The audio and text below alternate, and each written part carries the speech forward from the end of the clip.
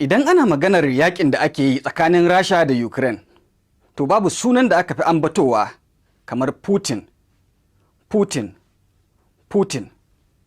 wato shugaban Rasha. Vladimir Putin dai an haife shi a 1952, kimanin shekaru 70 kenan da suka gabata, a birnin St. Petersburg na ƙasar ta Rasha, lokacin tana cikin tarayyar Soviet mai bin tsarin kwaminisanci. Vladimir Putin tsohon jami'in hukumar leƙen asirin tarayyar Soviet da ake kira KGB ne. A halin yanzu shine shugaban da ya fi daɗewa a kan mulki a nahiyar Turai, bayan shugaban ƙasar Belarus Alexander Lukashenko. A 1997 ya shiga fadar Kremlin, wato gidan gwamnatin Rasha, a matsayin shugaban hukumar tsaro ta ƙasa ko kuma Federal Security Service, wadda ta mai gurbin KGB, kuma ba da daɗewa ba aka ayyana shi a matsayin Firaministan ƙasar Rasha. Daga nan sai likafarsa ta yi gaba. A jajibirin sabuwar shekarar 1999, shugaban Rasha na lokacin, wato Boris Yeltsin, ya sauka daga mulki kuma ya naɗa Putin a matsayin Firaminista na riko. Daga bisani cikin watan Disamban wannan shekarar sai ya zama shugaban ƙasa.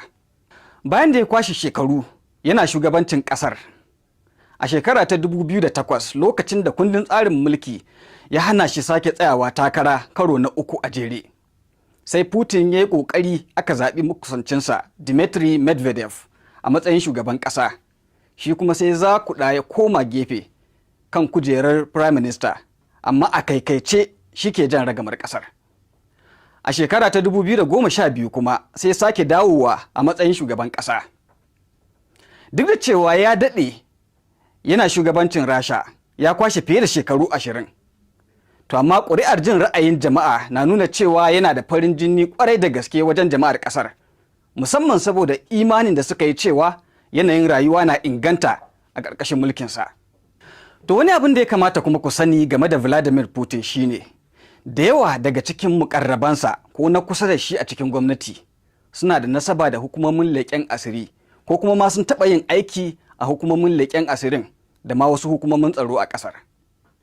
Shugaban na Rasha Vladimir Putin ya taɓa bayyana rushewar tarayyar Soviet a matsayin bala'i mafi girma da ya faru a ƙarni na 20, kuma ya sha sukar salon ƙungiyar tsaro ta NATO, wato ƙawancen tsaro na NATO na ƙasashen yamma, saboda ƙara faɗaɗa da ƙungiyar ke yi zuwa kusa da iyakar Rasha, wato yunƙurin da wasu ƙasashe makwabtan Rashan ke yi na shiga cikin ƙungiyar, wadda zai ba ta damar girke makamanta a can ko ma farwa Rashan idan ta taɓa makwabtan nata. Wannan yunƙuri tun daga 1997. A shekarun baya-bayan nan, rikici tsakanin Rasha da Ukraine da kuma shiga yakin Siriya da Rasha ta yi wajen goyon bayan shugaba Bashar al-Assad sun sake tayar da ƙura da kuma zargin da ƙasashen yamma ke yi kan Mr. Putin.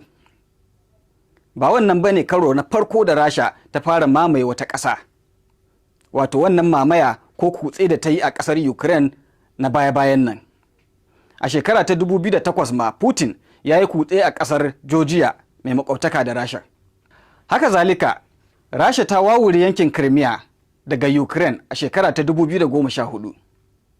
Irin waɗannan lamura sun sanya alaƙa tsakanin Rasha da ƙasashen yamma, musamman Amurka da Birtaniya, ta ci gaba da kasancewa marar daɗi, tana taɓarɓarewa kamar a lokacin yakin cacar baka. Putin ya yi zamani da shugabanni 5 na Amurka.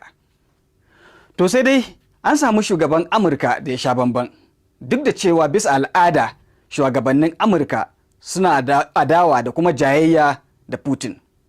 To amma Donald Trump sun ɗasa da Putin, don ko ya nuna masa abota. A gefe guda, wanda ya gaje shi, wato shugaba na yanzu Joe Biden, ya bayyana Putin a matsayin makashi.